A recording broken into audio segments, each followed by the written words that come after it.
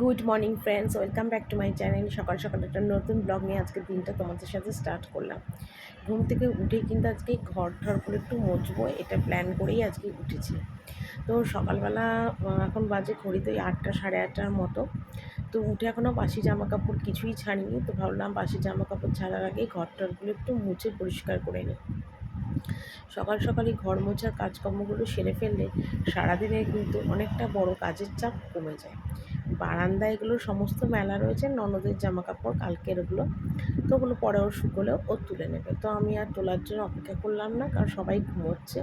আমি ভাবলাম আমার কাজগুলো আমি কমপ্লিট করে ফেলি। তো এদিকে দেখো ঝপাঝপ ঘর মুছছি, আর এখন গরমকাল বলে এত সকাল সকাল রোদ উঠছে, আর কি বলবো, প্রচণ্ড রোদ, মানে 8টার রোদ না, তো যেন হচ্ছে 10টা 11টার রোদ। তো সকালবেলা উঠেই সেগুলোকে আগে ঝপাঝপ করে মুছে টুছে নিচ্ছি। আর কে যেন আমাকে একটা ডাক ছিল, আমি ঠিক বুঝলাম না, মনে হয় তোমাদের দাদাভাই কিছু একটা বলছিল। তা আমি সেই সাথেই কথা বলছিলাম, আমার ঠিক খেয়াল নেই। তো এখানে তাড়াতাড়ি করে মুছে টুছে নিয়ে তারপরে আর কি বাকি কাজগুলোতে হাত দেবো। এখন যেহেতু বাড়িতে পুজো, সত্যি কথা সকাল থেকে প্রচণ্ড কাজের পেশা থেকে কোন কাজ করবো আর কোন কাজ করবো না কিছুই বুঝে উঠতে পারছি না। আগেরটা পাঁচেরটা আগে, এইরকমভাবে সমস্ত কাজকর্ম চলছে। তো ঠাকুর ঘরে কিন্তু সমস্ত জিনিসই কিন্তু ওই ঘরে নামিয়ে দিয়েছি, সেটা তো তোমরা আগের ব্লগে দেখতেই পেয়েছো। ঠাকুরকে গোছানো টোছানো সাজানো সমস্ত কিন্তু হয়ে গেছে।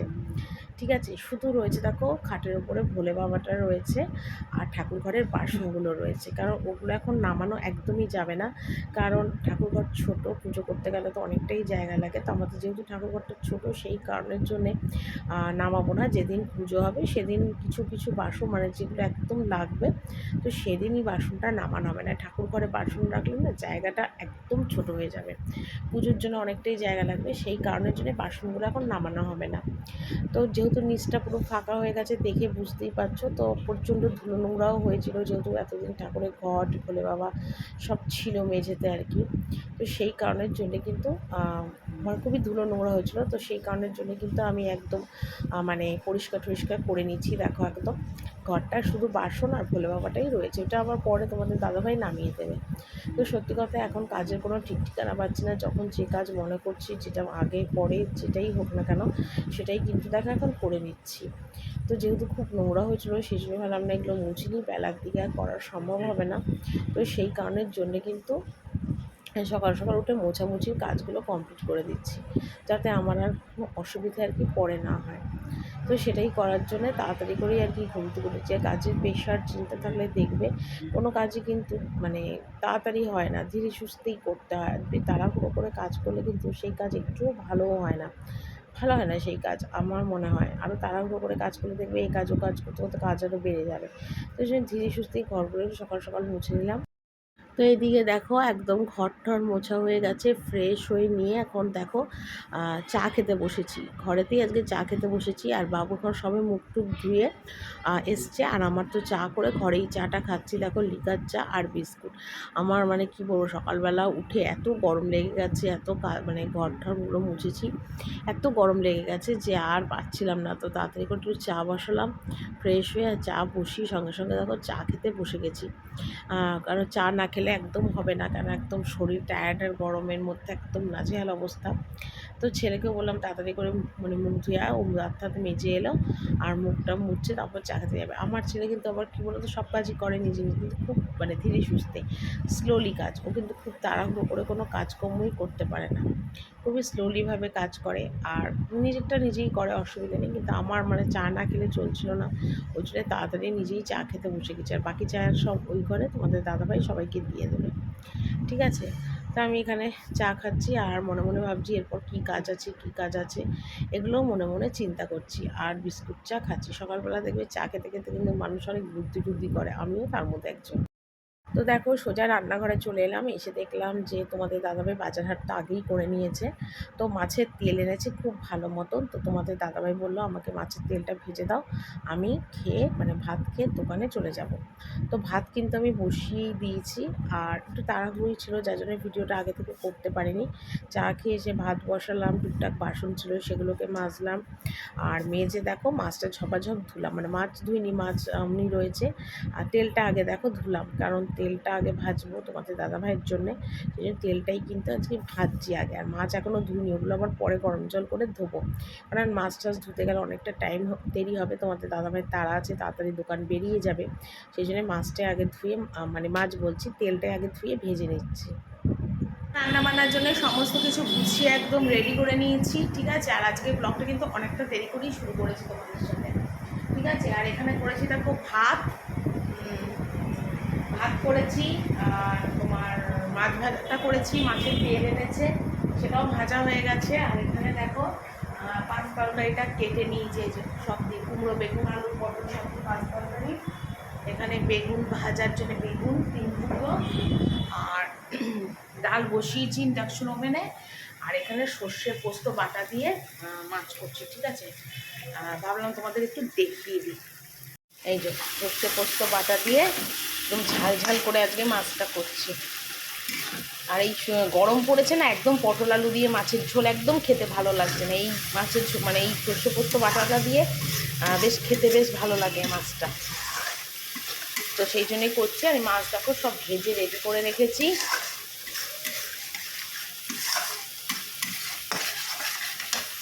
তো দেখো রান্নাবান্না একদম কমপ্লিট, আর কমপ্লিট করেই একদম ভিডিওটা আবার করছি। এদিকে দেখো মাছ ভাজা, ভাত, এখানে দেখো তরকারি করেছি, আর এখানে মাছের তেল ভাজা, এখানে দেখো সর্ষে পোস্ত বাটা দিয়ে কাতলা মাছ, ঠিক আছে। আর এখানে আছে দেখো আমের চাটনি, মুসুরির ডাল, ঠিক আছে। আর এখানে একটু ডাল, তরকারি, শসা এগুলো একটু বেড়ে রেখেছি, ঠিক আছে। এই হলো আজকে আমার রান্না। আর এদিকে গ্যাস ট্যাস কিন্তু সব আমার মোছা, ঠিক আছে। সব কিন্তু তো মুছে কমপ্লিট, বাসন কোসন ছিল মাজা কমপ্লিট। এবার যাবো ওপরে, ঠিক আছে, চলো। তো দেখো এখানে আমি এখন ওপরে এলাম, আর এসে এখন আমি বিছনা টিছনাগুলো তুলছি। তো চাদরটা কালকেই তুলতাম, কিন্তু সত্যি কথা মানে চাদর আর তুলিনি কালকে, কোনো রকমে আর কি ওইভাবেই চালিয়ে নিয়েছি। তা আজকে তো চাদরটা তুলতেই হবে। আর এত ময়লা হয়েছে চাদরটা, কি বলবো। তো বালিশ মশারগুলোও খুলবো। হ্যাঁ, আর তোমাদের আর একটা কথা বলতে ভুলে গেছি, আমি কিন্তু কালকে না চুল কালার করেছি, জানো তো। তো চুল কালার করেছি, আইব্রো করেছি, এগুলো কিন্তু সব আমার করা কমপ্লিট। কিন্তু ওই যে বললাম মানে এত কাজের চাপ যে আমি সেই সব ভিডিও কিছুই করতে পারিনি তোমাদের সাথে। তো চুল কালারটা কিন্তু আমি ঘরেই করেছি, স্টিকের কালার আর কি, স্টিক 6 পয়েন্ট কত যেন। তা আমি না সবসময় এই কালারটাই করি, তবে আমি অনেক সময় না বার্গেন্ডি কালার খুঁজি গার্নিয়ার, কিন্তু পাই না। মানে রেড কালার থেকে আমার ব্রাউন কালারটা বেশি ভালো লাগে চুলে, কিন্তু সত্যি কথা অনেক খুঁজি গো, কিন্তু কিছুতেই বার্গেন্ডি কালার মানে ব্রাউন কালারটা পাই না। তখন বাধ্য হয়ে আমাকে স্টিকের এই রেড কালারটাই করতে হয়। আর তো তোমরা জানোই চুলটা আমার কতটা পেকে গেছিলো, সাইডের থেকে ভীষণ বাজে লাগতো। তো সেই কারণের জন্য কিন্তু চুলটা কালার করলাম। তো চুলটা যেহেতু কালার করলাম, তো আইব্রোটাও করলাম। আর আজকে এইবার না আইব্রো করেছি বাড়িতে। এবার তোমরা হয়তো বলবে আইব্রো কী করে বাড়িতে করলাম, সেটা হলো আমার ননদের এক বান্ধবী পার্লারে কাজ করে, তো ও আজকে এসেছিলো। তো ও আইব্রো মানে পার্লারে যেহেতু কাজ করে, মানে ওর নিজস্ব পার্লারও আছে, তো ও মানে ননদকে ভ্রু তুলে দিল, চুল কেটে দিল। তো আমি ভাবলাম কি তাহলে আবার বেরোবো, এখন এত কাজের প্রেশার, বেরোবো তা অনেকটা সময়ও নষ্ট হবে, তার থেকে ও যখন করে দেবে বলছে, আর সবাই যখন করলো ঘরের, তাহলে আমিও করে নিই। তো সেই ভেবেই দেখো আমি করলাম। নয়তো কিন্তু আমি সত্যি কথা সবসময় পার্লারে গিয়ে আইব্রো করি, ঘরে করি না, কারণ আমার ভ্রুটা একটু মোটাভাবেই তো আমি তুলি। তো সেই কারণের জন্য না আমি মানে আইব্রোটা মানে কী বলবো, মানে ঘরেতেই করে নিলাম, মানে একটু সুবিধা, মানে কাজের প্রেশারটাও তো আছে প্রচুর, টাইমটাও লাগবে, সেই জন্য একদম আইব্রোটা কিন্তু ঘরে করলাম। আর আইব্রো করে নিলাম, নিয়ে চুল টুল কালার কিন্তু সব মানে কালকেই করেছি, চুল কালারটা কালকে করেছি, আইব্রোটা কিন্তু আজকে করেছি, ঠিক আছে। তো যাকে তোমাদের কাছে সেটা শেয়ার করে নিলাম ঝপাঝপ করে। আর সত্যি কথা বাড়িতে একটা পুজো একটু সাজগোজ না করলে হয় বলো, মন মতো একটু কিছু কেনা মানে কিছু মানে সাজগোজ না। আর সত্যি কথা বলতে কি তোমরা তো জানো আমি ফ্রুট অত তুলি না, আমার চোখের প্রবলেম আছে, পাওয়ার বেশি, সেই জন্য ফ্রুট একদমই তুলি না। দিন বিশেষে বা কোনো ভালো অকেশন টকেশন থাকলেই কিন্তু আইব্রোটা আমি করি, ঠিক আছে। তো যাকে, আর গরম বাপরে বাপ, আজকে থেকে দেখছি প্রচণ্ড গরম, থাকা যাচ্ছে না ঘরে, আবার ভয় লাগছে সেই গরম না ফিরে আসে। তাহলে তো গেলাম, পুজোর মধ্যে অত কাজ, লোকজন, তার মধ্যে আবার মানে এত মানে কি করবে কিছুই বুঝতে পারছি না। তো যাকে কী হবে দেখা যাক। তো আপাতত আমি বিছনার চাদরটা তাকে তুলে দিলাম।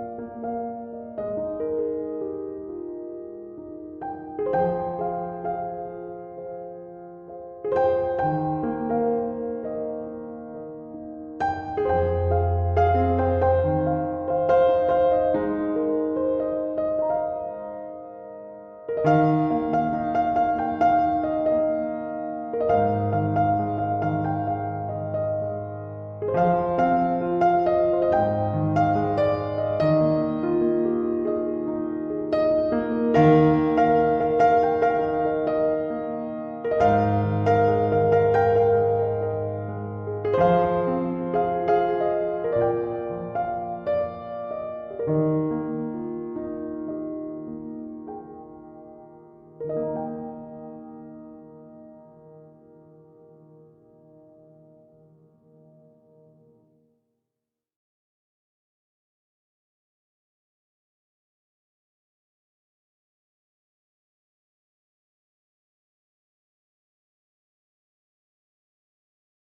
তোমাদের কটা জিনিসপত্র দেখাবো আমি কেনাকাটা করেছি আর কি, ঠিক আছে।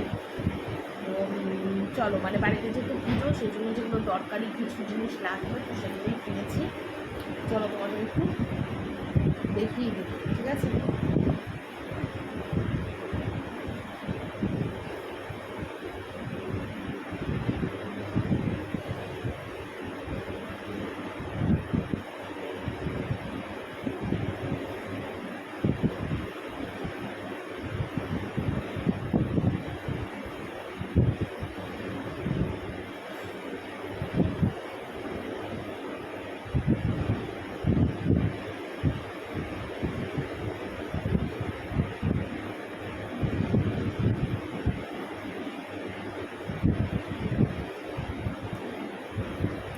সবার প্রথম দেখা যাবে ছেলের জন্য যেগুলো কিনেছি সেগুলো আগে দেখাতে হবে। ওই দেখো, ছেলের জন্য একটা কালো কালারের গেঞ্জি কিনেছি,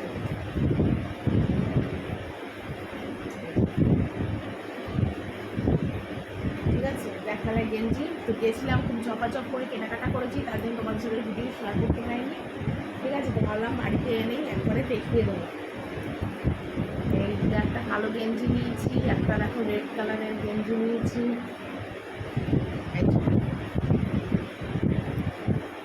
রেড কালারের একটা গেঞ্জি নিয়েছি, আর বাড়ি পরে এরকম দুটো হাফ প্যান্ট,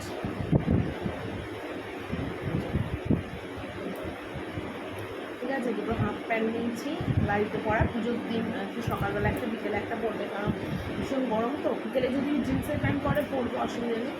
মেন হলো বাড়ির জন্য কিনেছি, আর এইটা একটা পুজোর দিন পরার জন্যই কিনেছি। দেখা যাক কী হয়, নতুন কয়েকটা আবার তোলাও আছে, তো অবস্থা বুঝে ব্যবস্থা।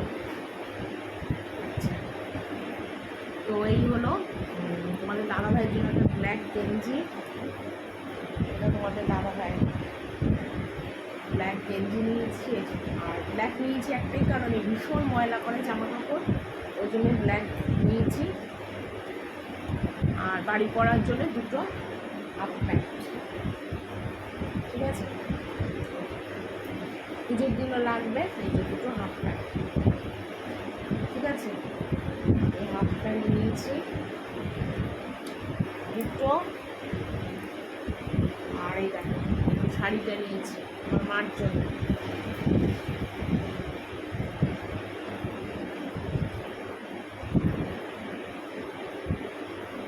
ঠিক আছে। শাড়িটা খুলেছিলাম, তার জন্য ফার্স্টে একটু বন্ধ করা আছে, খুলেছিলাম আর কি, ঠিক আছে। অ্যাশ কালার আর অরেঞ্জের ওপরে, এটা হলো জামদানি, ঠিক আছে। এটা নিয়েছি অরেঞ্জ আর অ্যাশ কালার। আর মা পুজোতে বাড়িতে আসবে, তো সেই জন্য মাকে দেবো, বলবো মা পুজোর সময়টা পুরো, সেই জন্যে মার জন্য এই শাড়িটা কিনেছি, ঠিক আছে। এই শাড়িটা কেমন হয়েছে অবশ্যই বলো, ঠিক আছে। অরেঞ্জ আর অ্যাশ কালারের, ঠিক আছে। মা আসবে পরবে যখন দেখবে তোমরা। আচ্ছা, আমার জন্য একটা নাইটি নিয়েছি, ঠিক আছে, হাত কাটা, হাত কাটা নাইটি নিয়েছি। এটা হলো সি গ্রিন কালার, ঠিক আছে। পুরোটা খুলে আর দেখা লাগবে। সি গ্রিন কালারের নাইটি নিয়েছি, আর এই একটা নাইটি নিয়েছি, এটাও নাইটি নিয়েছি, এই যে হাত কাটা, ঠিক আছে। হাত কাটলাম মাকে নাইটি। আর নিয়েছি সব থেকে ফেভারিট আমার একটা জামা, খুব পছন্দ হয়েছে, ঠিক আছে। জীবনে আমি এরকম জামা পরিনি, এই ফার্স্ট এরকম জামা আর কি পরবো, ভীষণ পছন্দ হয়েছে, খুলে ফেলেছি জামাটা, ঠিক আছে। দিতে দেওয়া, ঠিক আছে।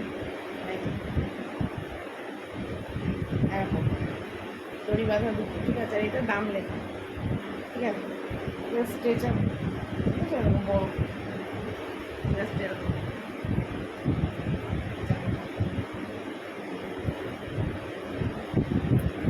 ঠিক আছে, জামাটা পরবো, আমার প্রচণ্ড পছন্দ হয়েছে, সেই জন্য এই জামাটা কিনেছি। ঠিক আছে, তো সব আমি ওই ইয়ে থেকে কিনেছি, বাজার কলকাতা থেকে কিনি আমি জামা কাপড় সব, তো সেখান থেকে এগুলো সব কিনে নিয়ে এসেছি। তো ভাবলাম তোমাদের একটু দেখিয়ে দিই। আর চান করে এসেছি, এখনও চুল টুল কিছু বাঁধিনি, কিছু করিনি, সবেই এলাম।